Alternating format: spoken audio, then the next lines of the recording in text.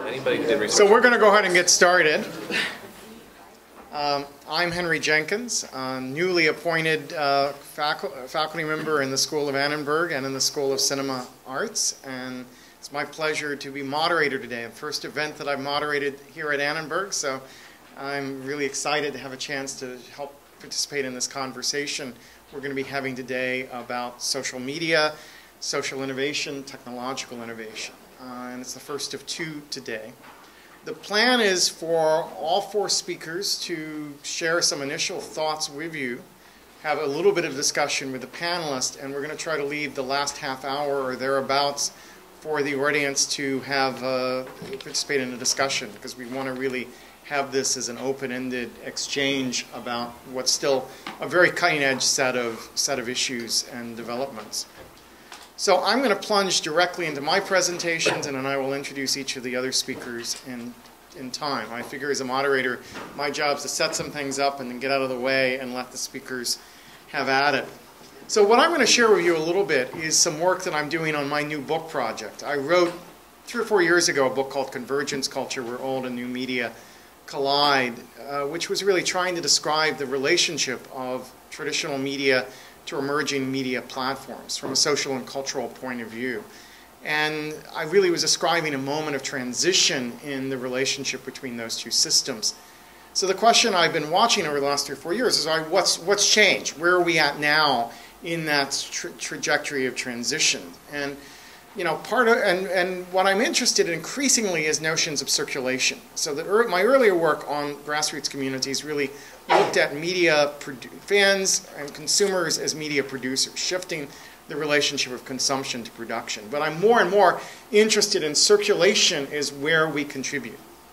One of the things that prodded it was a set of questions that I kept getting asked about, well, if only 10 to 20% of the public participates in producing media, then have we really changed anything about the structure of consumption within the society? Isn't it still basically a consumer society? And instinctively, I felt that was wrong.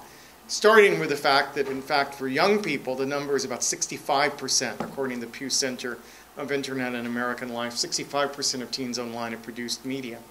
But the big shift is we produce individually and collectively in circulating media in ways that has a profound impact on the way media operates, whether we're talking about news or entertainment. And as we do so, we're at the intersection, not just of old media, new media, but a variety of new media platforms. And so on the screen here, I have an image from American Idol, the final episode of last season, which attracted about 45 million viewers in a single night, a pretty successful ratings return. And next to it, I have Susan Boyle. And it's hard to get an adequate estimate on Susan Boyle. The initial YouTube posting is about 90 million viewers. It looks like there are about 25 other YouTube postings of that video. It's also available in a variety of other services. So a conservative estimate is it's somewhere to 200 to 300 million people have watched the Susan Boyle video. So Susan Boyle swamped this final episode of American Idol. Now, Susan Boyle's commercially produced content, right? But commercially produced content for the UK that was never intended to be seen in the American context. So that what we're seeing is people saw content over there, spread the word about it, engaged with it in such a way that through a variety of media platforms, YouTube in connection with Twitter, in connection with Facebook, in connection with a live journal, in connection to blog technology, spread the message of this. And the result was a dramatic shift and awareness of this performer. And I'll go back to the economic implications of that at the end of it. This is the other big story of the last few months on this, Twitter and Iran, right? And the initial writing was these guys in the streets of Iran are organizing a revolution using Twitter. It turns out relatively little internal organization uses Twitter, but the real power is getting messages out of Iran into the Western world through the Persian diaspora, sort of spreading the message in a way that changed the way media thought about what was going on in Iran. At a time that the Iranian government was limiting access of journalists to the protesters, at a time when the national news, international news coverage was being cut down, this flow of information via Twitter, which is large scale, and also coupled not just with Twitter, but with YouTube, with Wikipedia, with Flickr, with a variety of other technologies, changed awareness of what was taking place. So I would describe both of those as examples of what my book's going to call spreadable media. And I've used the term spreadable media precisely to challenge the notion of viral media. Right? The metaphor of viral as a sort of unknowing host who get infected by some powerful designer virus and media virus, and it's spread, involuntarily to other people is, I think, a wrong way of thinking about it. In both cases, people made conscious decisions. They responded to information they felt was compelling. They moved it into communities they were already invested with. They used that information or that entertainment content as a resource for engaging with communities they were already deeply invested in. And so to me, I'm trying to shift from viral, which obscures the notion of agency, to spreadability, which is really emphasizes the active choices of both individuals and groups to circulate media content. So we've set this up as an opposition to an older model of stickiness, right? So what do we think about what's valuable about media in the era of social networks is not the old model of being sticky and every eyeball comes to this one site. And I like to say, like a Roach Motel, you check in and you can't check out. We hold you there as long as we can and monetize your attention. Instead, we're saying this is about how do we create value, determine worth, generate this interest through circulation. So stickiness is about attracting and holding attention. Spreadability is about motivating circulation. Stickiness is about concentration, spreadable dispersion. Sticky is unified consumer experience. Spreadable is diversified experience. Sticky uses pre-programmed interactivity. Spreadability uses open-ended participation. Stickiness thinks of us as individual users. Spreadable thinks of social networks. Sticky, the sales force markets to consumers, and spreadable grassroots intermediaries are advocates for brands and content. One is push, one is pull. The other is a kind of combination of push and pull. One is about marketers and consumers as distinct roles. The other is about increased collaboration between roles. And finally, one's about finite channels of communication, and the other is localized and temporary networks through which information circulates. So if we think about Susan Boyle, it was both mass media and grassroots media that fed this. So here we see Leno playing Susan Boyle on his show within the first week of the video beginning to go viral. What we also see is that Susan Boyle crops up in a variety of different conversations. Here's a science blog talking about how does someone with a body like that have the vocal cords she's got. Here's one on karaoke community talking about Susan not being allowed to perform in a karaoke bar because she was now a professional. This is a church blog because she's a church lady talking about Susan Boyle. This is a mom blog because she's a primary caregiver to her older mother talking about Susan Boyle. And this is a fashion blog assessing the remaking of Susan Boyle. So the point is not an idea of one-size-fits-all, lowest common denominator, but rather that Susan Boyle allowed a lot of different communities to have discussions they wanted to have, and the result was to sort of continue her circulation. And part of what allowed her to circulate so fast was that she could circulate so fast. That for everyone who passed it along, there was a sense of discovery because it wasn't yet in the dominant media channel. Now, what's interesting about it from an economic point of view is there was this enormous pent-up demand created by the interest in Susan Boyle and absolutely no way to monetize it. Even though Fremantle Media, the production company that produces Britain's Got Idols, had contracts in the United States, by the time they discovered Americans were interested, they couldn't put together a package to get it on television here in the United States. That was not going to happen. You could not legally watch Britain's Got Idol and Got Talent in the United States, but you could go to TV Links, which is a pirate shop, and watch it readily. Right? So the interesting thing is this: we've now created a structure which allows people to scan the global media environment, identify content, spread the word really rapidly, and reach a huge market, and no ability of the companies to move nimbly enough to connect that into broadcast decision-making, or even into something like iTunes, which would have been another logical route to go forward. Fremantle moved even so slowly, they didn't even capitalize on iShare on Google and YouTube, that they really made no money until now when the record's coming out, and it now looks like Susan Boyle's got the most advanced sales of any record released this year. That's the moment in which they could begin to monetize the experience of this.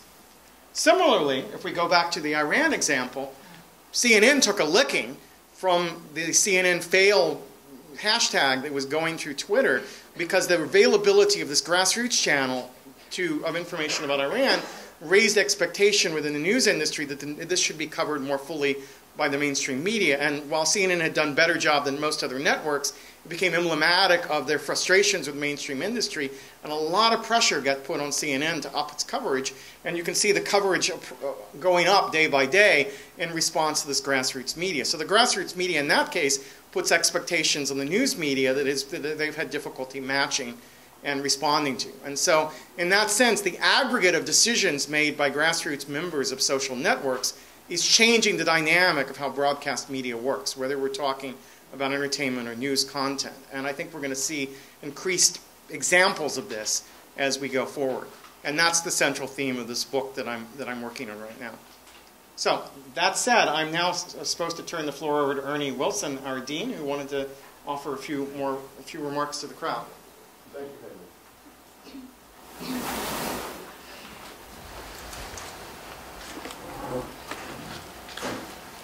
Actually, I could spend the next 6 or 7 hours just listening to Henry talk about his latest work, because it always is so very, very interesting.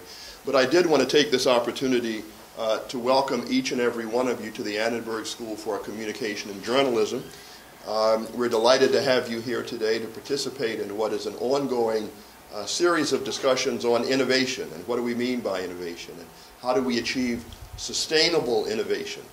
And for that, we've reached out to our colleagues across the university in engineering and the business school, et cetera, cinema school, et cetera, and also beyond the university to invite colleagues from around the world and around this neighborhood.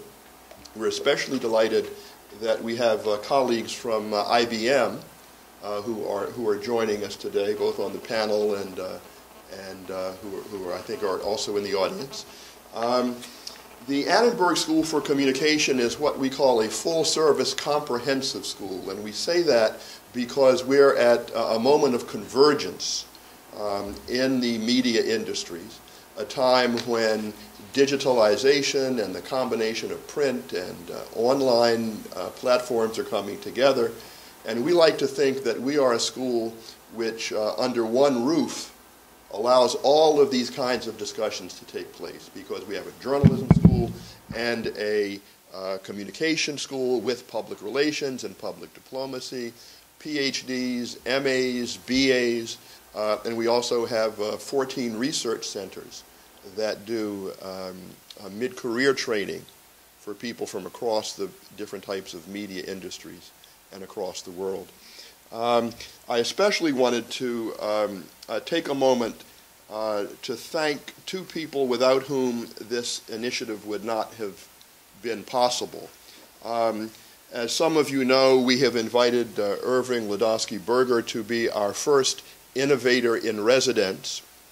I'll say a bit more about Professor Wladawsky-Berger later, but let me just say at the moment that he participated in one of the great innovation experiments in the history of modern media and modern industry, when working with the CEO Lou Gerstner of IBM.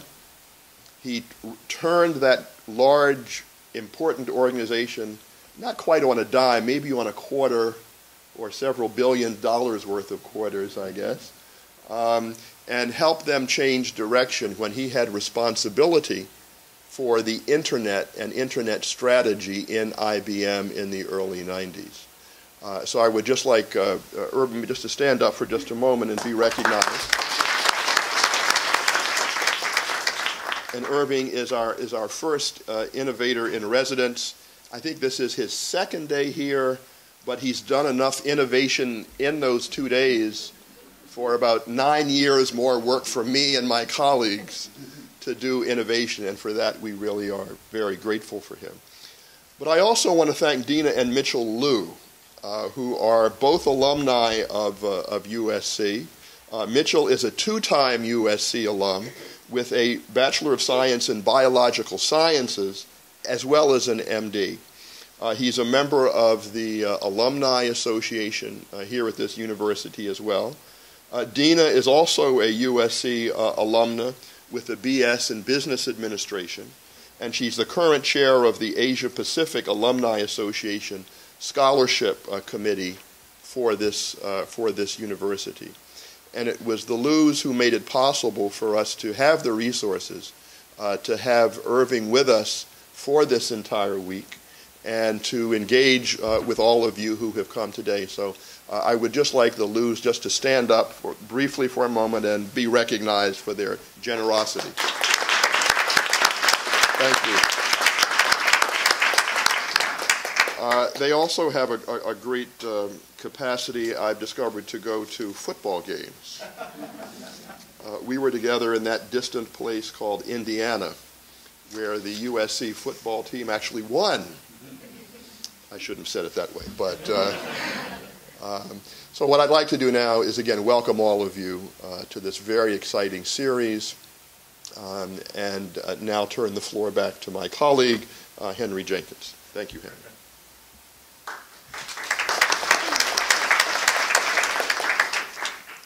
So our second speaker is Julia Grace, who's a software engineer at IBM Research, social computing researcher, and the User Sciences and Experience Research Group in San Jose, California. Building a passion for both computer science and sociology, she completed her Master's of Science in Computer Science from the University of North Carolina, Chapel Hill in 2007, focusing on communication and collaboration in online communities.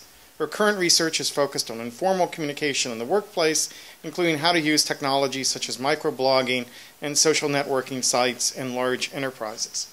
So, I'll turn it over to you. Whichever you wish. You don't have slides, so I guess you have more. I can sit here. Hi, everybody. Hopefully you can hear me. So, I'll talk pretty loudly. So let's go back to 2003. In 2003, I had just finished undergrad, and I went to work for a consulting firm. And every day during lunch, I would go on to the New York Times, and I would read stories. Oh, thank you. And I would go on to CNN, and I'd see what's going on. And then occasionally I might check ESPN because I went to a big basketball school. That was very important to me. And then I got an invitation from a friend of mine to join Friendster. And I thought, what is this? I don't understand. And so I log in, and I was like, this is kind of cool. I have a bunch of friends. We all post photos. I can kind of know what's going on. This is pretty interesting. And then I get an invitation to join Orkut in 2004. And I was like, Orkut, this is, wow, it's from Google. God, that's kind of cool. Like, this is interesting. What's going on with this? And I think that for me was the beginning of how I started getting into social networks. So a question for you all. Do you all use Facebook? Okay, good. Do you use Twitter? Okay, cool. So let's go forward to 2005. Now, I have a younger brother, and in 2005, my brother was starting undergrad. And my brother has never been very good at email, and he never answers his cell phone. We're very different people. My brother was majoring in film at the time, and I'm very much a scientist. And so I would try to call my brother and say, like, why aren't you answering the phone? I'd leave him these long voicemails. He'd never call me back. And finally, during Thanksgiving, he's like, Julia, you need to Facebook me. Like, that's how we can communicate together. And I thought that was very, very interesting. And so I joined Facebook, and I was in graduate school at that point, and I created my profile. And I thought, wow, this is cool. I can just write on my brother's wall. He can look at my photos. We can know what's going on. I mean, and I'm a graduate student at this time. So all of my friends at that point were graduate students or other people that I had gone to undergrad with. And so I had this persona very much like, I'm a student, I go to parties, et cetera, et cetera. My family's never going to join Facebook. My coworkers are never going to be on there. That's what I thought 4 years ago. Now, I joined IBM in 2007, and my manager did friend me on Facebook, and we are friends. And I think that this is a very interesting phenomenon because we have these personas that we've created for ourselves, perhaps at one point in our lives. And now, as we grow up and we enter the workforce, maybe we get married, have families, we've grown up and changed, I think, into different people. Now I have many family members that are friends of mine on Facebook. They post pictures of my nieces and nephews. It's turned into a very, very different means of communication and socialization than it was before. And I think this is a very interesting phenomenon for to study and not only to investigate how we can use those communication techniques inside corporations and companies. What lessons can we learn from our social lives and apply them to, let's say, I work with a team that's primarily in Argentina. I'm never going to meet them. We're never going to probably be face-to-face. I'll be on the phone with them. But maybe if we're friends on a social network, I can learn about their families. I can find out about, my coworker's wife just had another daughter. I can congratulate him on the phone next time we're on a conference call. So I think these technologies are very, very fascinating. I'd like to, and of course, Twitter is a whole nother story. I use Twitter I was tweeting in the library, or the little atrium area out here. And I think that that's also a very important and pervasive technology that we also study. I wanted to just, in my last few minutes, I wanted to tell you guys about a very interesting project that I think is very relevant to the work that you do here. So, when was the last time any of you bought a CD, like a music CD? Did you buy one, how about in the last month? Okay, so 3 of you. What about, has anyone bought, no, let's say, so how did you acquire, how did you get your last, set of songs that maybe you put on your iPod or whatnot? Did you download them from the internet? I'm not going to ask legally or illegally, but okay, cool. So you got them online. Now, a phenomenon that we observed was that Billboard listings of top 10 songs are often based on CDs that are purchased in stores. Now, what you all just told me is something that we noticed, that people don't buy music very rarely anymore. My father, he definitely buys music, and he tells me often why he doesn't understand my research. But so we're turning to Billboard, and we're saying, wow, you guys you're telling us what's popular in music today, but it's based on, it's not based on downloads, legally, illegal. It's not based on whatever other, you burning your friends' CDs. I mean, this is I think how people really get music now. So what we did was we went to MySpace. So MySpace music is a huge, huge thing. I didn't quite realize this, but if you're a popular artist in America today, you have a MySpace music page, and you get a lot of comments on that MySpace music page. You also probably put your music videos on YouTube. If you Google Britney Spears, you'll find her latest videos on YouTube. And they may have thousands of comments, they may have thousands of views. So what if we turn to more social sites, social networking sites, specifically MySpace and other mediums, and we tried to figure out what was popular in today's music by using those means. So we started we downloaded, or we crawled the internet for all these MySpace comments, and we got all of these YouTube view counts, and MySpace also has view counts. And we got and we started looking at who is popular in terms of just pure volume. So you need to first understand that if you go onto MySpace, you're going to see a heck of a lot of spam. So that's your first problem. You got to get rid of the spam. But what if we looked at all the real comments from users saying, your music is so hot, you are so bad. Those are great endorsements to an artist, little did I know.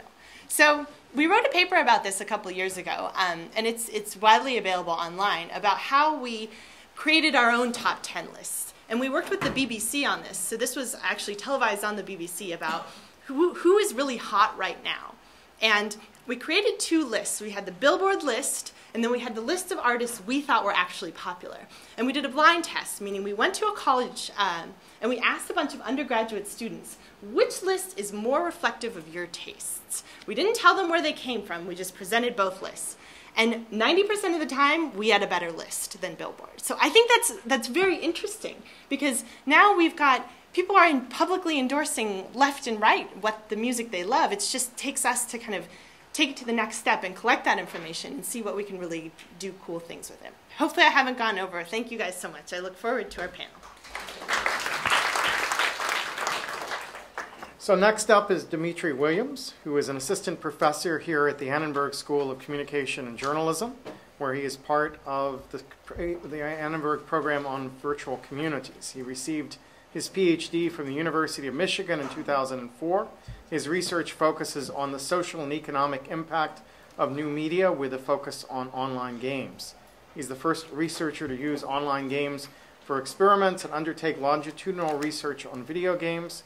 He continues to study the psychology of online populations with projects involving community, identity, sexuality, economics, and neuroscience. So I'm going to turn it over. So I'm not actually going to talk about any of that. It sounds fascinating, though.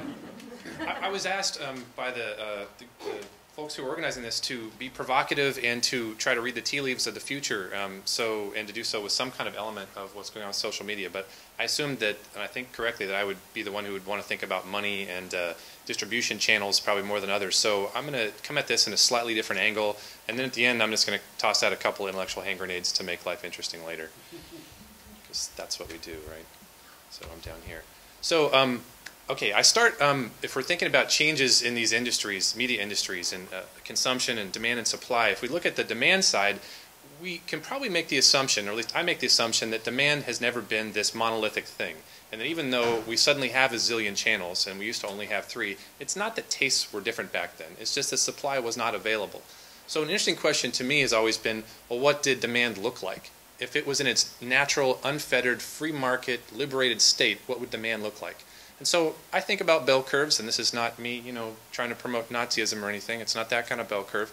It's the idea that take some value and, say it's a desire for violence in television, desire for sex, desire for content about teddy bears, whatever that thing may be. The natural distribution might look like this. One little itty-bitty tail where a few people just want to have nothing to do with that, never ever want to see it. A bunch of people in the middle probably want to see it a moderate amount, and then another long tail at the other end where a bunch of people, or a few people, or a small, decreasing amount of people want to see a lot of it, an intense amount of it. If that's the natural state of things, I then think about why haven't we seen that in media production? Why has that not been the content that we've gotten? And if you took away those barriers that had been holding that back, would this be what the media landscape would eventually look like?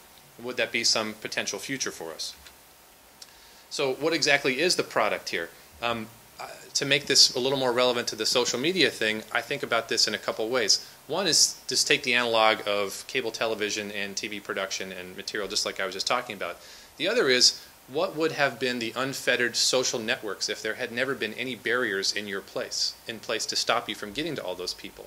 What if you took away all of the social, architectural things that have kept us from mixing and possibly approximating that bell curve yet again? What if you took away all the restrictions of time and space? What if you took away the function and the structure of neighborhoods and urban design and the way that garages are set next to front doors to keep people farther apart? What if you removed all those things and suddenly anybody could mix with anybody else anywhere? What would our social networks look like? We can all recognize that we're in that transitional state. Maybe we're going to wind up with some kind of bell curve distribution once we get there. Maybe. So really, if you think about this, the demand has always been pretty fervent, and it's been laying dormant and or checked, and there have been these forces which have kept things from happening. So it's really kind of a history of constraints. This is a typical vertical chain in the industrial organization model that talks about how a product gets from production down to the consumer. I make my poor students suffer through this, and they have to measure it and come up with numbers. I see a few of them in the audience grinning. And the interesting cut points that people have always talked about have been like the development, the publishing side. That's where all the glamour is, and the retail is where all the money is. Of course, people who've been following media industries know that all the action is actually in distribution. That's where all the big changes have been going. That's what's changing the model. And this gives us to our classic Schumpeterian gale of creative destruction. These technologies which are coming in, which are upending this traditional supply chain model. And of course, they're doing so at this point right here, right? This is everything's changing. All of a sudden, you're not having these artificial constraints anymore. Well, let's take a look at some of these constraints and what happens when they're removed.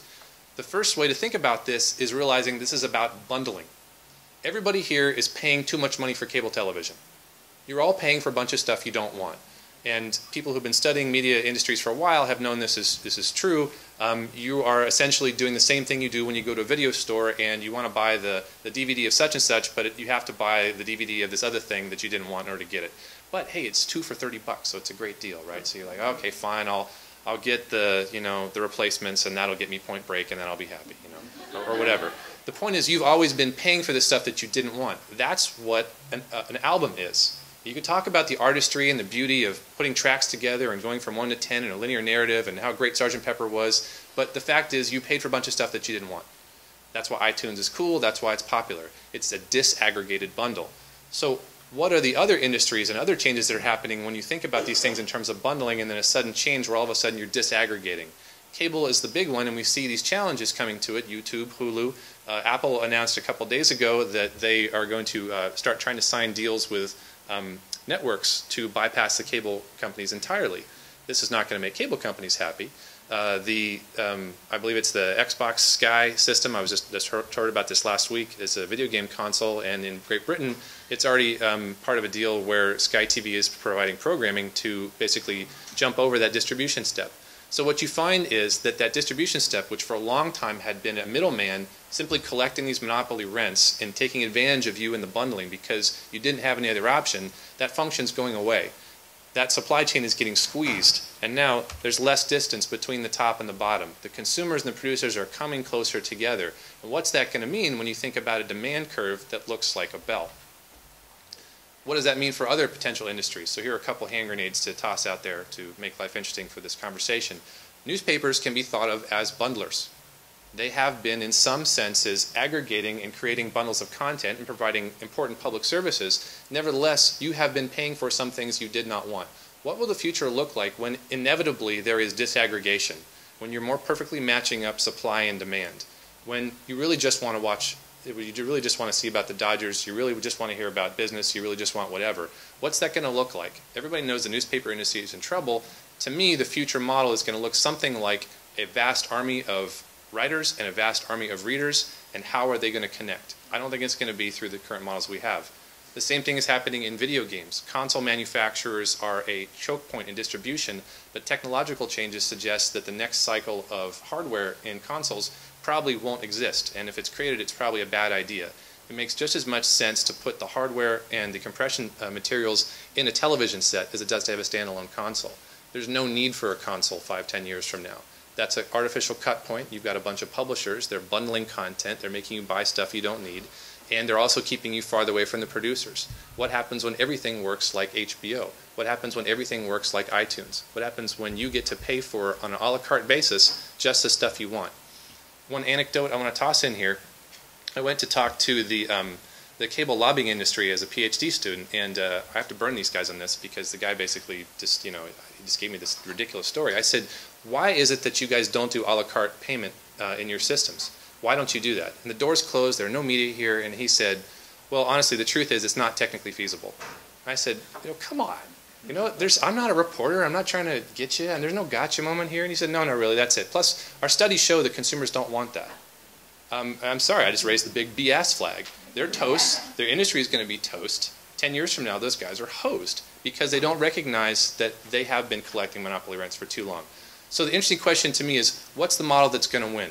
Is there going to be some consortium where it's like freelancers all feeding into a big system and they're paid by share? Or is it again going to be a system where another bundler emerges? Hulu becomes the next network, the next cable, the next whatever. And I think what you're always going to see is a constant tension between people trying to create that choke point again and other forces trying to spread it back out with social and viral media on their side. So I bet on them, but never bet out on capital, right? Other pot shots, just to be provocative. I know we're probably going to talk about virtual worlds. That's point number 2. I don't think they're the greatest thing in the world. I don't think they're going to take over. I don't think we're going to live our lives in Second Life. I think there are a lot of flaws in that kind of thinking. I don't buy the hype, and I'm happy to argue with anybody here who wants to get into it, and I'm sure somebody will. And the second thing, or the point I have up here first, is social networks are great. They do a lot of excellent things. They also have some potential downsides that social science is starting to uncover. Chief among these are changing existing deep relationships into relatively shallower ones, and the potential for addictive compulsive behavior. And I've done some initial research and found this more than I expected to, and it's kind of depressing me. So just trying to be objective, I think that's a real risk that we have to keep our eye on, although I'm not going to be the sensorial, conservative, bad guy, witch hunter types. That's enough hand grenades, I think.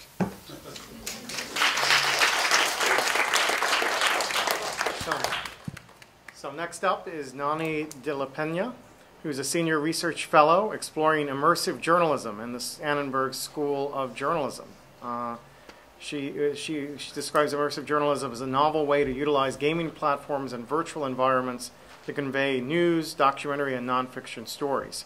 Her recent projects include Gone Gitmo a virtual Guantanamo Bay prison in Second Life, which is prototyped with funding from the MacArthur Foundation and employs first-person experience and spatial narrative. Another project, Ips Press, is a collaboration with the Event Lab in London and Barcelona, which investigates the use of head-mounted display technologies to evoke feelings of presence and reportage. She's a former correspondent for Newsweek magazine and has written for New York Times, Los Angeles Times Magazine, Time Magazine, Hispanic, and others. I'll turn it over to her. Thank you. Okay, so some of this stuff you've just kind of heard in my bio, but I'm going to quickly review it for you. Immersive journalism, novel way to utilize the gaming platforms and virtual environments to convey news, documentary and nonfiction stories. Remember, I'm not thinking of this as a replacement, but rather as something that can offer a complementary and a way to extend news reports alongside traditional media or not so traditional like our online journals and blogs. So what exactly is immersive journalism? It is a way to use spatially distributed and experiential narratives. That means that you actually move through the narrative in the physical spaces or the virtual physical spaces. And experiential means you have experiences within those spaces. However, these builds are based on traditional reporting, using visual and audio primary material from the physical world, gathered in the way that any normal news gathering would occur, and yet there's a first-person interaction with reportage that makes them slightly unique. And finally, I would suggest that highly immersive virtual reality communicates to several senses, which is an interesting approach, and of course raises many questions as we start to explore using these platforms in this way. I'm going to show you a little bit about the two prototypes. The first one, Gone Gitmo, uses the virtual environment of Second Life. The project began as a film called Unconstitutional that I made in 2004, and it had a large segment on Guantanamo Bay Prison. Was transformed with the help of the MacArthur Foundation and Bay Area Video Coalition. What happens behind these barbed wires? The little information that comes out of Guantanamo Bay through former prisoners, their lawyers, or the occasional NGO is remarkably consistent. They all report similar horrors.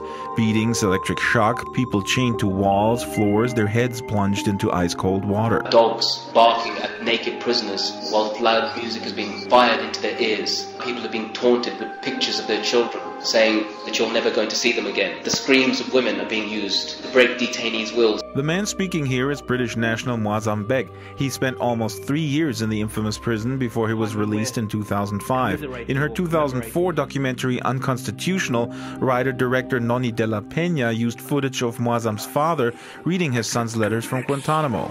I've been kept like an animal in a cage. They don't give me food. There is no one to help me. Under the Second Life name Noni Ryder, de la Peña is behind the Gone Gitmo project, situated on a rooftop on IML Island. The sim is run by the Interactive Media Division at USC School of Cinematic Arts. Noni is convinced that the issues surrounding Guantanamo can be brought much closer to home via Second Life. There's a sense of the reality to it. So when your avatar goes into a cage, it's very visceral feeling, beyond watching it in a film, beyond reading about it in the paper. Geography doesn't matter. With a grant from the Bay Area Video Coalition, Noni and USC visiting Professor Peggy Weil used famous builder Bubba Fairchild to create interactive Guantanamo. Guantanamo is physically off limits to most citizens and press. Keep a topic out of sight and it stays out of mind. So in the face of a real but inaccessible destination, we felt that Second Life offered us a chance to build an accessible, albeit virtual, version. De la Peña and Weil also realized they would have to deal carefully with the implications of depicting questionable interrogation practices. We do not torture your avatar. So rather than a torture chamber, we elected to build a contemplation chamber, a series of spaces to contemplate the reports of practices going on in Guantanamo, as well as the current news via RSS feed. As soon as I had put on my orange jumpsuit, I was thrown into the back of a C-17 transport plane and... You are immediately bound, and then a black hood comes over the vision of your avatar. Shut up! We then integrated some sounds that were based on descriptions of what real detainees heard. When the black hood is removed, you find that you're in a cage. Most of the footage is from original Defense Department shots of detainees in Guantanamo Bay. A replica of Camp Delta will be added to this Camp X-Ray soon. Noni wants it to include a habeas corpus game, enhancing the simulation of a place outside of the law. Like a regular video game where you get your choices. What do you do now? Call your parents? Call your lawyer? Ask what you're in here for? And the answers are, no, you can't call your parents. No, you can't call your lawyer. Sorry, not allowed to give you that information. Noni de la Peña hopes her SL project reaches a responsive audience. On Constitution Day, residents used the bill to interact with faculty from Seton Hall Law School, which has been on the forefront of analyzing detainee records. So I'm going to move on from here. So not only do we use video both from the prison and from real-world interviews, but we also are using this photograph, for example, as one example where this was taken secretly by a military officer, and he smuggled the photo out. And we use this type of stuff to inform what we're building. And remember, this is a prototype. We're exploring what are the best practices and how we can do these properly. The second prototype I'm going to show you was built this summer. It was built with the Event Lab, which is Mel Slater's lab, one of the top virtual reality labs around the world. And what we did is we took the interrogation logs that had been released of al-Qahtani, who the Bush administration said had been tortured, and we took the passive voice, we made it active. We had an actor read the voice, the sound for us, and we played it through a wall with a special recording. And then we set people up to listen to that interrogation, but also take a look, kind of examine what about all the news reports about stress positions. We hear all the time detainees being kept in stress positions at length, and this is kind of what we were exploring. And just to know, I'm very interested in human rights material, but I would suggest we can use other stories. Can you grab your hands behind your back, and from now on, don't move your body, only your head. We asked people to stay very much upright with their arms behind their back, and this was pretty consistent with what we saw. People stayed upright. Only open them when you start to hear some sounds. The situation is that you're alone here in a room. We're all going. We're just going to pull the curtain, and you may hear something coming from another room. Okay. Okay.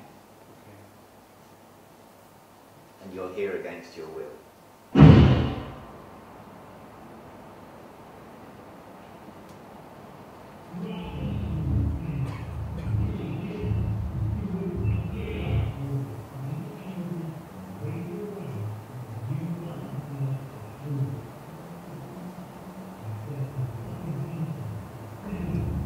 The individuals who came through this, they had a breathing strap wrapped around their chest so that the avatar's breath, as you see it goes up and down, would match the individual's breath, so that the avatar and the individual in the experience, their breath is matched, their breathing is matched.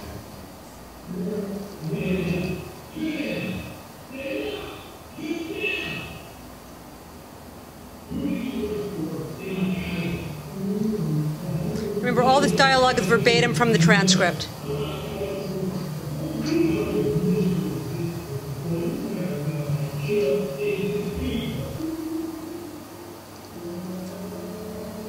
So I'm going to move on, but just to let you know that anybody that we found who went through this, or all of the individuals who went through this experience this summer, despite sitting upright, they all reported their bodies were hunched over like the detainee depicted.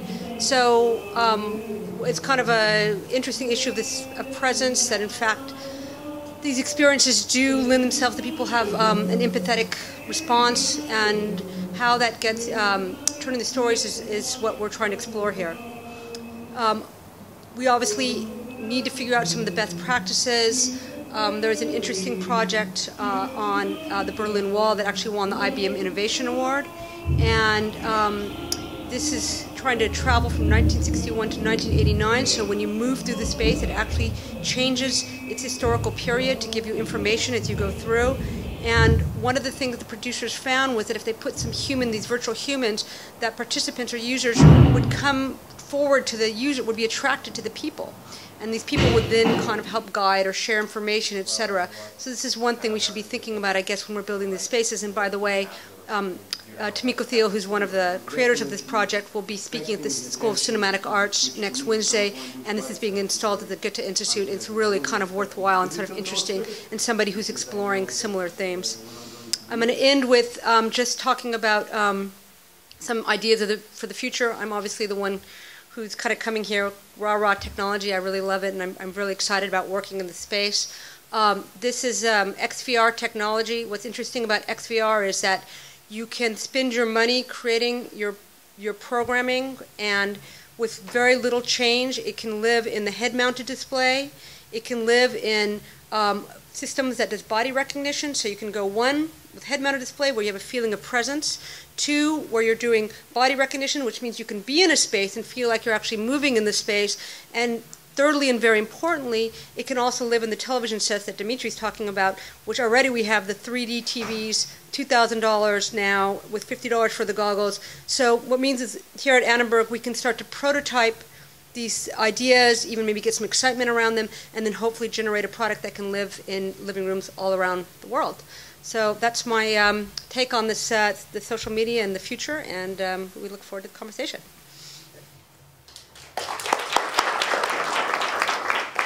So the game plan now is I'm going to ask a couple of questions to get the panelists talking to each other. We've sort of had nice little sets of ideas, and in about 10 minutes I'm going to open up the floor to questions from you guys. So be thinking of your questions and be ready to jump in here.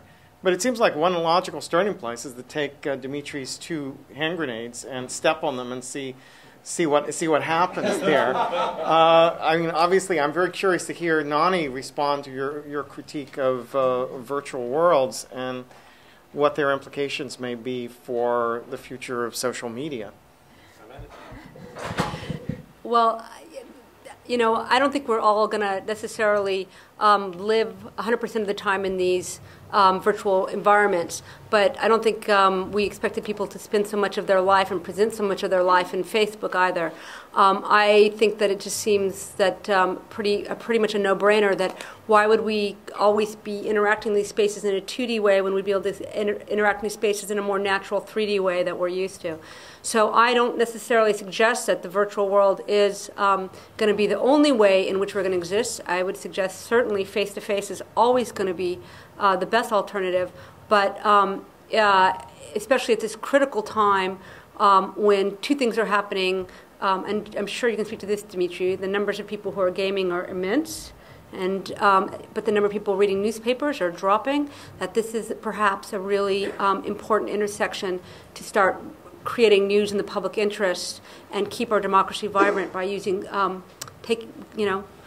going to these places.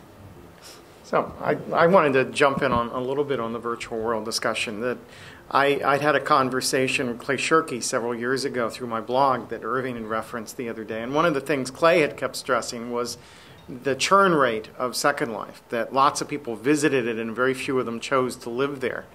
And my response was, yes, what about the churn rate at Disneyland? That lots of people visit it and very few of them choose to live there. That it sort of depends on what our model is of how we relate to these virtual worlds. If we start from the model, will it replace real life? Will we live there? Will we become inhabitants of it? We may misunderstand how we are most likely to use it.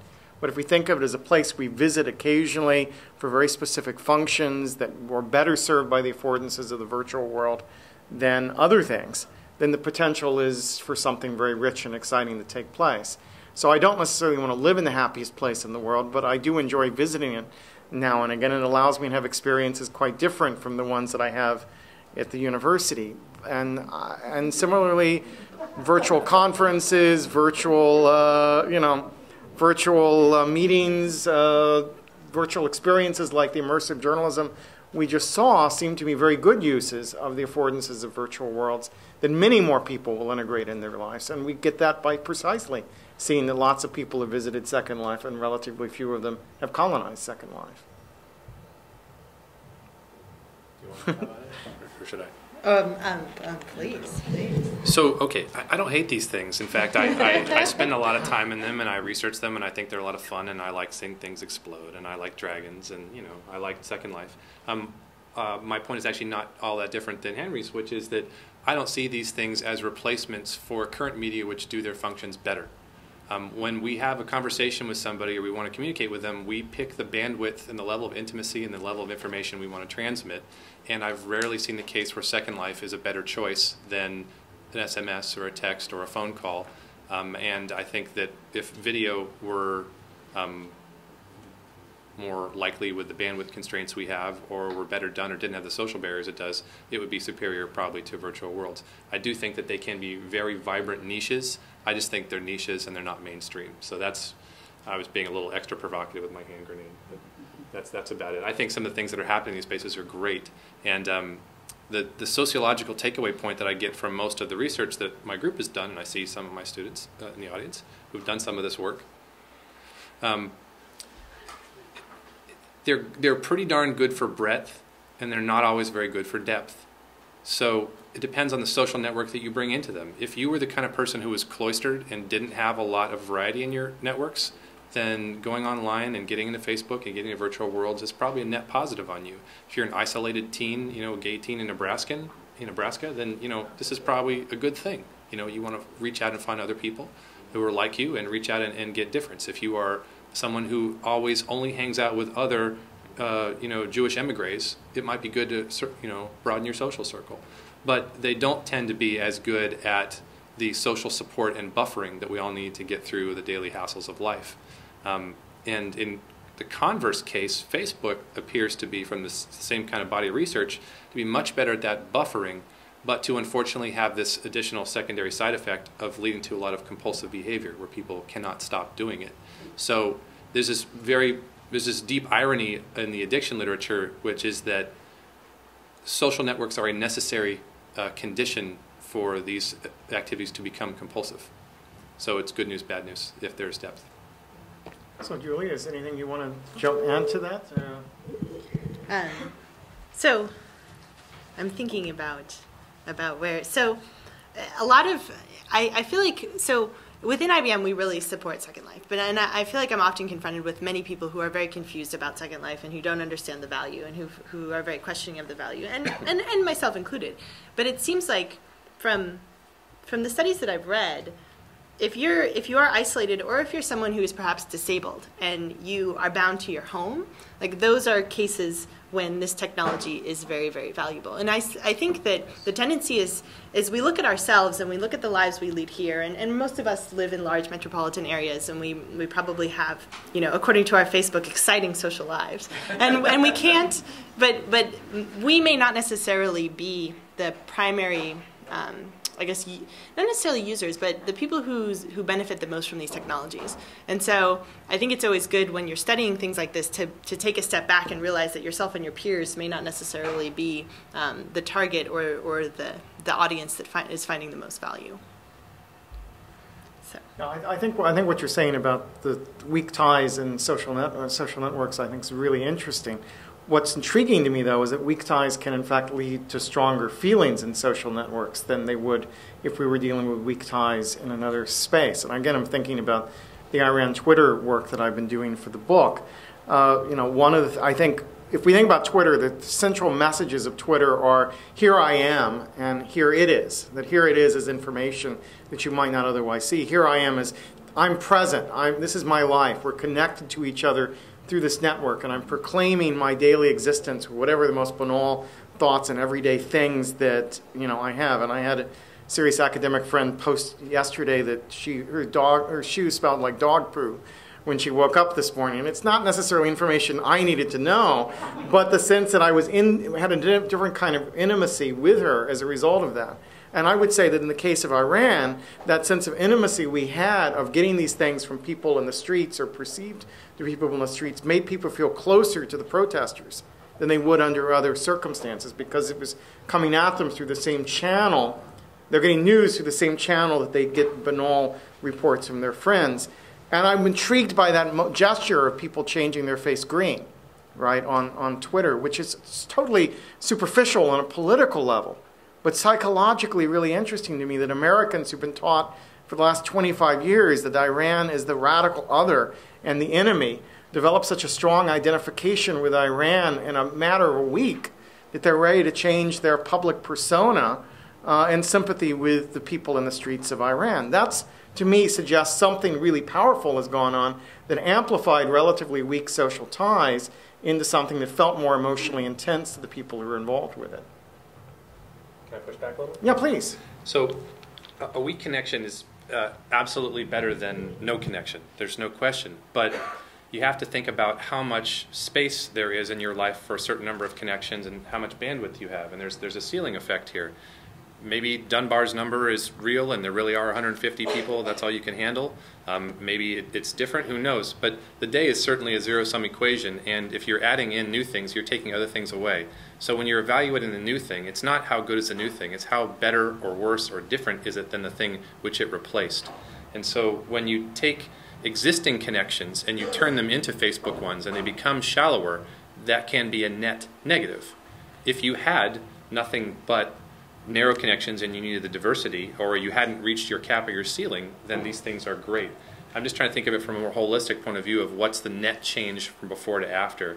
And I see a lot of shallowness in these spaces, and I see that it seems to me that the ideal should be that these online social network technologies should, at their best, they supplement existing relationships and make them stronger, and that is the case in a large number of friendships, but in many others, they weaken what was already a decent thing. But maybe that's not necessarily bad, because, so, to address Dimitri's comment, so there have been some studies done that say if you're looking for a job, you don't turn to your close friends, you turn to your weak ties. And that's one of the problems that exists is that if you're of higher socioeconomic class, you know this, you go to your weak ties and you're most likely to find a job through those ties. But if you're lower socioeconomic class, you use your close friends. And so that's already stymieing your ability to find work. And so, yes, so diminishing the relationships, that is probably very problematic. But maybe there are advantages to having so many weak ties. Yeah, it's not all or nothing. It's a sliding scale. It's a question of the mix that you had and what you need to adjust. Yes. Yeah. All right, I want to open this up to the people out there, because I'm sure that there are burning questions out there, and there are lots of smart people in the room who will want to ask them. Yes, Ernie being one of them. I'm burning to ask. I don't know about the other part. But the title is Social Media as Platform or Provocation for Innovation. And so I'd like to ask the panelists whether they sort of to maybe help us think a little bit about what innovation will be like now that we have these robust social media. So there was this moment before we had the social media, and we innovated in one sort of way, perhaps. And now we've got these new social media, and do they provide us platforms or provocations to innovate in different ways? And innovation could be technological stuff, or it could be social innovation. So I'd be curious to know what our distinguished panelists. Do people want to respond to that? Go for it. Oh, no, please. My short answer is more collaborative and cheaper, because technology erases more time and space, and more different kinds of people can get together and can take advantage of these strength of weak ties phenomena, and that's all to the good. And so part of what I'm doing in Spreadable Media is making the argument that, in fact, as media circulates and as we make decisions to pass media along to other people, we're identifying content that would have fallen through the cracks, and we're attaching value to it. So Susan Boyle wouldn't have exactly fallen through the cracks in the UK, but most of us in this room wouldn't have heard about her if we hadn't had that social experience. And that's both true of new content that's emerging and older content. Just as Eric von Hippel talks about lead users as the advanced guard who discover bugs and features that were unintended, we could also think of retro users as people who mop up behind the culture, look at residual media and identify stuff that still has currency and value and brings it back into public visibility. And both sides of that are sort of creating value through culture in a way that supports and sustains other kinds of things, global media flowing in. So in the tale of Susan Boyle came the winner of Ukraine's Got Talent, which I don't know how many people in the room saw, but last time I looked, about 3 million people on YouTube had watched the winner of Ukraine's Got Talent, and most of the comments are in English, which suggests that it were by people who'd never watched Ukrainian television before. And that circuit then shifts the visibility of global content. It supports independent artists who might be capable of innovating. The rise of webcomics being an interesting example where comic artists who don't have to go through the DC Marvel pipeline are creating work that explores a variety of modes of expression, a variety of themes, and count on social networks to increase the visibility around it. So it's not just that social networks enable collective intelligence, collaboration, and innovation, but they also create a space where innovation can be more visible, and a publicity mechanism that allows innovation anywhere to travel to other points through the phenomenon of retweets and remessaging. And I think that does provide a fuel for innovation on a pretty deep level. I'll also just sort of quickly add is that we seem to be drawn to come together in spaces, and whatever these technological advances have allowed us to do, whether it be in a sort of Facebook way or in trying to create a virtual world where people can come in and gather. And I know that some of the Mel's group just got a €9 million grant to do what they're calling beaming, and they're going to be taking 360 video cameras and have them very rapidly turn from video into a virtual space, which means that you can have a reporter walking down a marketplace in Baghdad, and people will be able to come in virtually and walk with him. So what's going to happen with those type of gatherings when it's not quite so cartoony, but when it's more real world information in a virtual space? I think that this fact that we want to gather together in this way, that we see some value of gathering together because we recognize face-to-face is the ultimate goal. We may not be able to get there, but still gathering together. And I think this whole idea of social media will drive innovation like those type projects. Okay, down front, Jonathan. Julie, I'd like to ask you a question. You raised the point when you realized that your manager was on Facebook with you. I did some work for Merck last year in which they discovered that there were 4,500 Merck employees on Facebook. But as soon as the company decided that maybe it should communicate through its employees through Facebook with senior managers, when we started asking the employees, do you like this idea? The difference between their private lives, which were often on Facebook, and their corporate lives was a wall they liked to keep. And just the fact that they happened to be identified as a network because they all had Merck.com as their email address did not mean they wanted the corporation to use Facebook as a way to communicate with them. Have you any thoughts on that? So, my first thought was, so when LinkedIn started becoming very popular a few years ago, Microsoft told all of its employees that they forbid all of them to use that technology. But like a few months later, there were thousands of Microsoft employees on LinkedIn. And so I think so there's been this shift of corporate, like initially, and hopefully this will be just a slight detour, and hopefully will answer my thoughts on your question.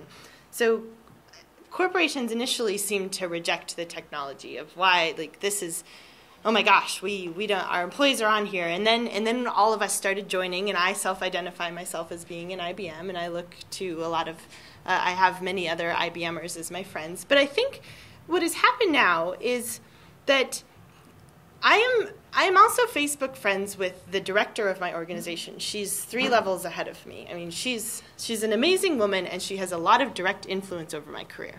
And she often comments on my Facebook status messages.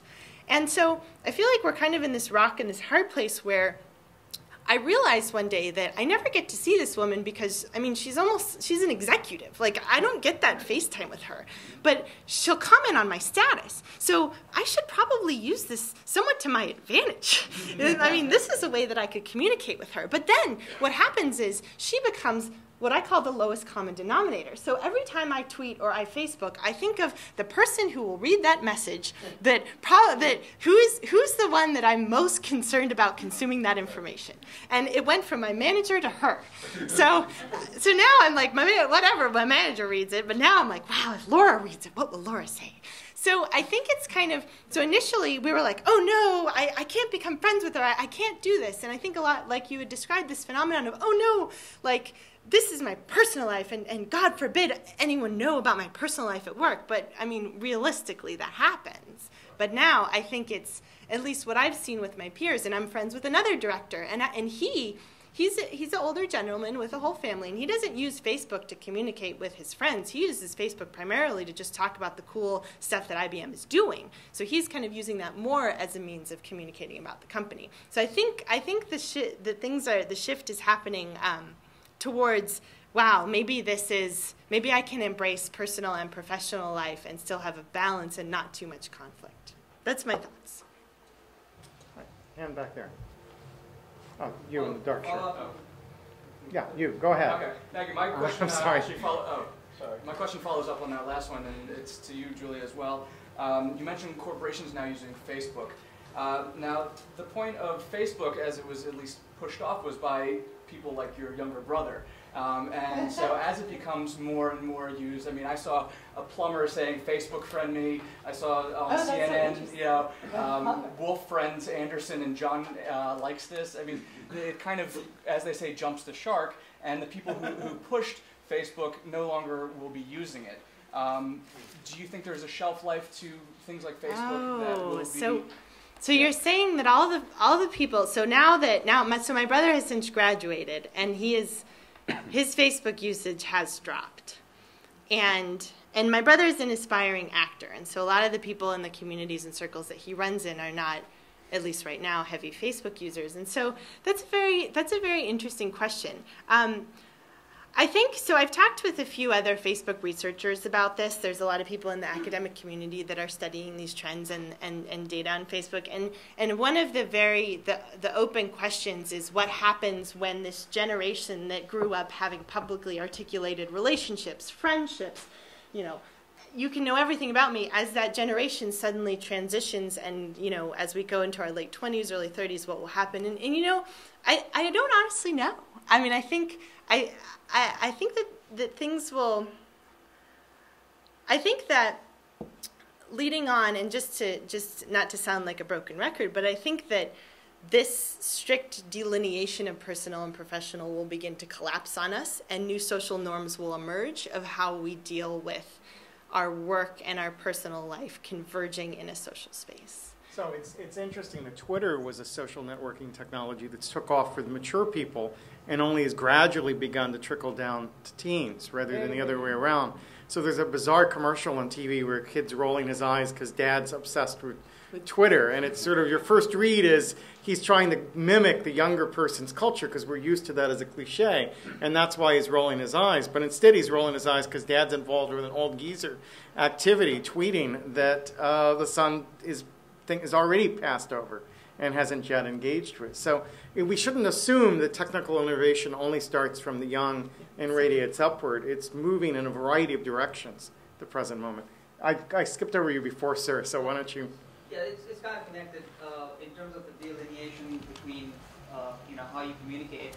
From a professional standpoint, from your perspective, it's great that your boss or executive level is watching all the stuff, but from their perspective, a corporate perspective, don't you think it'll have negative repercussions when somebody's personal life and their breakdown of their wall doesn't sync up to the corporate culture? For instance, it might put your boss in a predicament where you put a comment about what you saw on Showtime last night, which could have serious repercussions. So essentially you're saying that wall breaks down. Me as a user of Facebook right now, I don't know where to put that wall because I'm in the job market in 3 months. So I was just wondering if any of the research looks at it from the top down. So, I mean, I think you raise a good point, but I think this is a very sticky area. Maybe Dimitri has some thoughts. I mean, so Dimitri, are you on Facebook? Yeah. Do you what happens when your students friend you? I don't let them until they are done with my class. Why is that? For the grad students out there, this is the theory is Meyerowitz and Goffman and front stage and backstage and social distance. The translation for the normal people, the sane people in the audience is I don't want them that close to me because we have a power relationship and it's not appropriate. Interesting. So. Don't you think that pretty quickly there's just going to be a grouping system where people are going to be able to create groups that are inaccessible, and you'll just group your friends that you want to be able to say public things to, and you'll have your, you'll have exactly that, your public and private, persona, but we'll just organize a permissions matrix? I mean, it seems to me obvious is what's going to happen. Well, but I mean, Henry, what do you think about that? The public and private? I think it's actually, we probably want to have separate streams to manage stuff, and we may choose to share some parts of ourselves. It's about control of information disclosure, and that's that's just the limits of the current state of social networks. I do think that there's been a fight of feminists for some time to break down the artificial separation of the personal and the professional, and to imagine an alternative culture where we can be full human beings.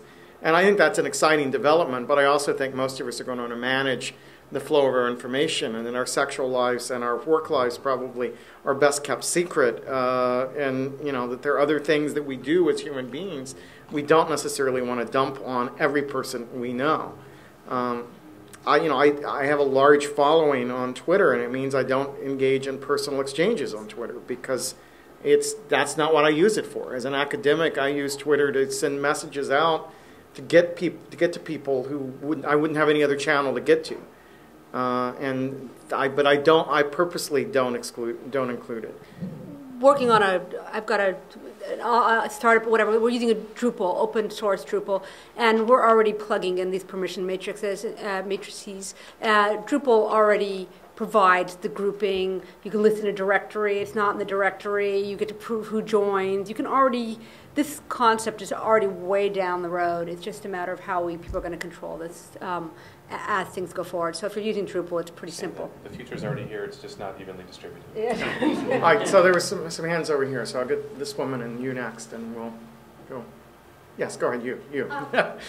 Considering that a lot of companies, especially public corporations, are using these mediums as crisis communication or crisis management, what type of effect do you think it's having on stakeholders, specifically shareholders, when this type of medium is often associated with younger audiences?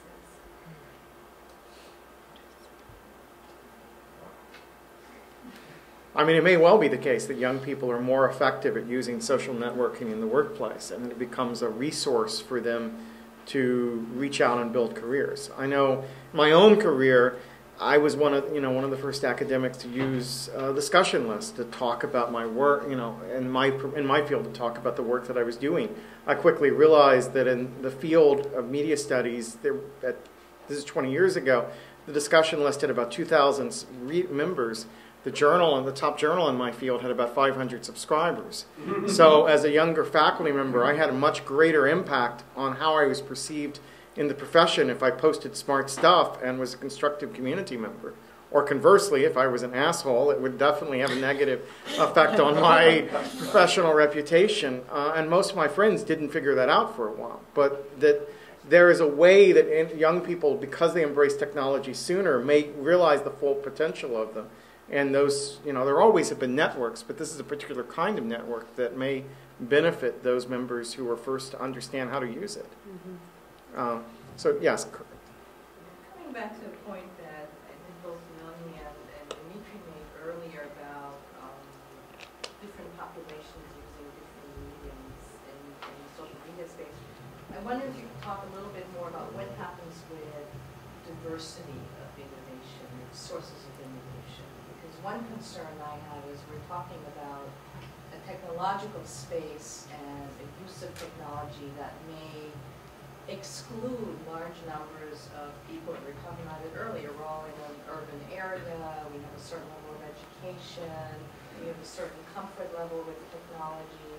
So that not only are these social networks perhaps leading to shallower relationships, but it may also be that you're concentrating innovation in the hands of fewer people who are more like the folks that are sitting in this room, excluding maybe people of color, people from different social classes. So what happens with innovation and social media and diversity? Well, I mean, Dana Boyd has made the point that there's sort of radically different realities on MySpace and Facebook. And that sort of, in some sense, Facebook's functioned initially as a gated community that allowed certain populations to go together. So in the military sphere, for example, enlisted men tend to use MySpace and officers tend to use Facebook. And the military banned MySpace from military use of computers and enabled Facebook to be used on military bases overseas. And that has something to do with the technical affordances and so forth. But that's one example of the ways in which social networks can channel communication. The flip side, though, is that because of the interpenetration of social networks, the sort of large-scale circulation I'm looking at in spreadable media, it looks like a fair amount of content does jump tracks, move between communities, and brings together diversely motivated participants. And to use Johann Winkler's work and Wealth of Networks, that there may be spaces where groups meet online that would be impossible for them to meet every day in an everyday space. It's not that it's totally inclusive. It's not. I think we really have to worry about the participation gaps in our society, but there may be greater contact zones between groups in some of the social networks than we would see in real life. So I think the evidence is contradictory, or there's multiple things going on that we'd want to pay attention to try to address that question. I think Nani's matrix of permissions as a glimpse of the future is a pretty good guess. And so it's less a question of access to internet than the question of access to people and groups and what's going to happen. It brings me back to my bell curve slide at the beginning. If there were no constraints, if anybody could interact with anyone at any time, what would our social networks look like? And we've never had that control condition in human society to know what the answer is, right? All we have are these guesses that this should be about this size, and we worry a little bit that when your clan or your gene pool starts to look exclusive, that you want to hurt the other people. But then there are these impulses towards the outside, and you get these bell curve of opinion on this too. I just don't think we know. Right. I think building off of what Dimitri said, now that I have access to information about my coworkers on Facebook, about a year ago there was a pretty exciting election that went on, and I could log into Facebook and find the political views of almost everyone that had friended me that I worked with. And I think that some of that was kind of scary, because I think initially we were like, oh yeah, we're all for the same candidate. Yeah, we're together on this. But then, of course, when I step in the workplace, I try to put those views aside, but I can't completely. And so now, is this enabling us to go towards homophily, where now I can learn so much about my coworkers that I only want to work with people whose political and social views that align with my own? Maybe the place for that is not at work, but I try to leave it all behind, but in the back of my mind, I can't. So, just to sort of really address that question of how do we reach communities that may not have access to some of these technologies. I mean, I think we, of course, have to cite Francois Barr's work in letting communities, immigrant communities use their mobile phones to upload images to the web and then tell their stories on the web. We have to be conscious of that. And that's a really interesting social network that may develop out of that. I don't know where it is at this point. If you've got immigrant communities across the U.S. who are all uploading their video and telling their stories in this common space, I mean, that's something which is very contrary to what we're talking about now.